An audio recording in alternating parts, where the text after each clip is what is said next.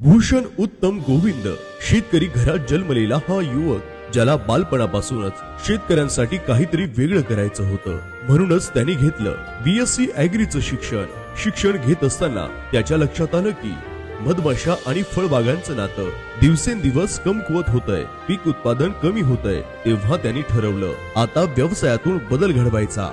आपल्या आडनावाचा सन्मान म्हणून सुरू केला गोविंद मधमाशी पालन व्यवसाय। गेल्या 3 वर्ष न थकता न थांबता एकच ध्येय घेतलं, शेतकऱ्यापर्यंत पोहोचायचं।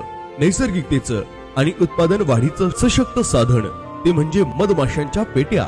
भूषण हे आज केवळ मधमाशांचं पालन करत नाहीत, तर ते शेतकऱ्यांना मार्गदर्शनही करतात। सेंद्रिय शेतीपासून ते मधमाशी पालन व्यवसायापर्यंत फळबागामध्ये योग्य परागीभवनासाठी मधमाशांच्या पेट्या ते भाड्यानेही देतात आणि विकतात सुद्धा। एवढंच काय तर त्यांच्याकडे उपलब्ध आहेत 100%